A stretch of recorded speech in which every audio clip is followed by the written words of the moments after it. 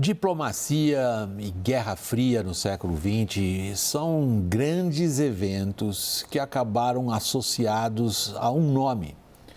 E morreu aos 100 anos de idade na noite de quarta-feira. O nome de Henry Kissinger, intelectual, ex-secretário de Estado, ex-assessor de Segurança Nacional dos Estados Unidos.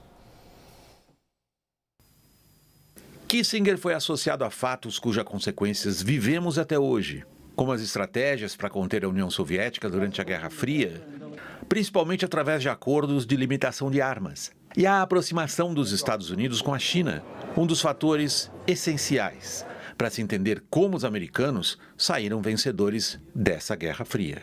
Hiperativo, Kissinger inspira diplomatas até hoje pela capacidade de encontrar alguma ordem depois de uma guerra numa região de enorme turbulência, como aconteceu em 1973, quando Israel foi surpreendida por um ataque do Egito. Kissinger foi sempre descrito como cínico e inescrupuloso, mas a conduta dele obedecia a ideias nas quais acreditava desde a carreira inicial como professor em Harvard. Elas são a do hiperrealismo nas relações internacionais, onde o que conta, segundo Kissinger, são os interesses das grandes potências, que têm de ser mantidos em equilíbrio através de alianças e contrapesos, e ao custo dos interesses dos que não são grandes potências. O hiperrealismo tornou Kissinger um grande consultor, depois que saiu do governo, capaz de antecipar até mesmo como a inteligência artificial interfere em decisões estratégicas neste momento.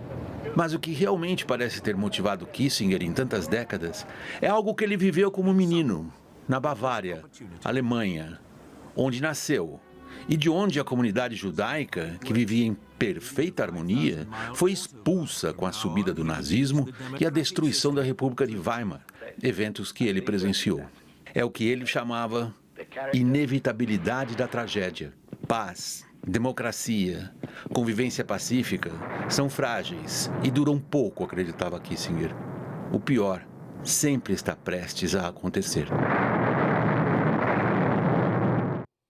Gunta, eu escrevi esse texto aí sobre o Kissinger, uma figura que eu li muito, como lá atrás, na minha época de estudante de relações internacionais, depois como correspondente internacional, foi sempre uma, digamos, ele como é que ele chama? Intelectual público, como participante do debate público, foi sempre uma das vozes mais influentes.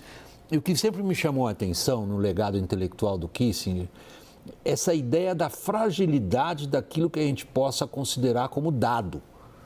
Aconteceu agora. Caiu o Muro de Berlim, as pessoas consideravam como dados os dividendos da paz. E a gente se encontra hoje numa situação internacional das mais delicadas e perigosas que eu me lembro da minha carreira recente, em termos de imprevisibilidade, perigos e delicadeza nas relações entre as potências. Qual é para você, que é acadêmico dedicado a isso, o legado intelectual do Kissinger? Bom, ele, como você até bem colocou aí no texto, ele é amado e odiado. Não tem aquele meio termo. Então, para os realistas, ele realmente é a figura que conseguiu ordenar a lógica do sistema internacional e principalmente toda a política de aproximação da China para contrabalançar a União Soviética, que naquele momento parecia estar ganhando a Guerra Fria, e salvou os Estados Unidos dessa praticamente decadência. Teve o choque do petróleo logo em seguida.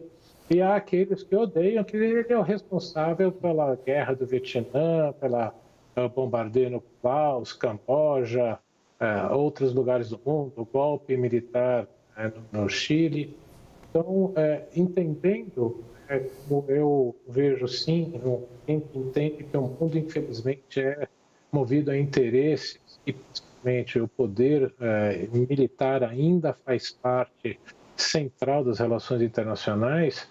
Ele deixa ensinamentos que, no momento que a gente está caminhando possivelmente para um confronto entre China e Estados Unidos. Ele mesmo já disse que dava para ser evitado, anos atrás ele já começava a mudar de ideia, e por isso mesmo acho que esse legado dele, para esse futuro não muito distante das relações entre China e Estados Unidos, são centrais para a gente tentar conseguir evitar algo muito pior. Caio, para um repórter político veterano como você, o Kissinger é uma figura carismática. Ele é um amante do poder. Uma das frases mais famosas dele é que o poder é afrodisíaco, para explicar o sucesso dele com o sexo oposto. E ele também participou de movimentos políticos muito graves nos Estados Unidos. Um presidente que é empichado, o próprio Kissinger foi acusado de ter espionado ilegalmente adversários políticos dele. A sua figura como repórter político, Caio, o que o Kissinger disse para você? Bom, poder, acima de tudo, articulação, pragmatismo.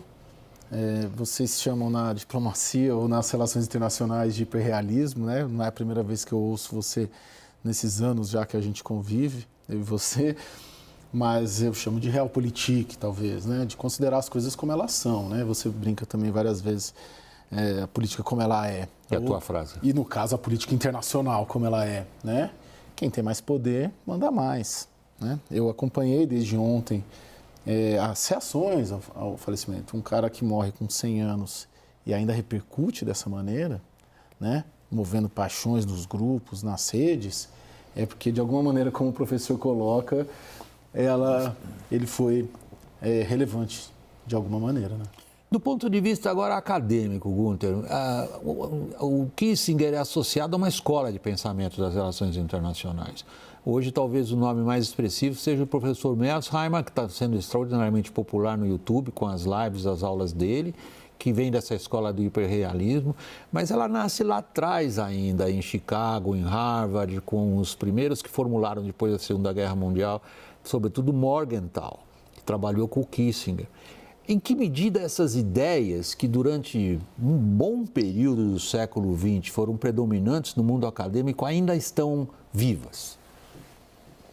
Bom, William, ao longo de toda a Guerra Fria, principalmente pós-Segunda Guerra Mundial, quando relações internacionais começam a se conformar mesmo como um campo científico, essencialmente Estados Unidos, Reino Unido, predominou o debate, predominou a visão, influenciou demais a política norte-americana e que com o fim da Guerra Fria, que muitos realistas não conseguiram prever, e até uma das críticas que se faz ao Kissinger, que a União Soviética acabou não foi pelo poder, e sim pela insatisfação econômica, social interna da própria União Soviética, da Alemanha Oriental. Então, com pós-Guerra Fria, essa corrente perdeu muita força, ganhou uma dimensão muito grande, liberais, com principalmente o seu foco de análise na interdependência econômica, nas relações econômicas, e que agora começa a ser colocado em xeque de novo com a ascensão chinesa e russa com a invasão da Ucrânia. Portanto, há um resgate desse pensamento e que realmente Mearsheimer, como você colocou hoje, é o grande expoente e sendo ouvido não só por estudantes, mas realmente por outros intelectuais e políticos, porque é o que conforma essencialmente o pensamento não só de Putin, de qualquer russo e liderança chinesa.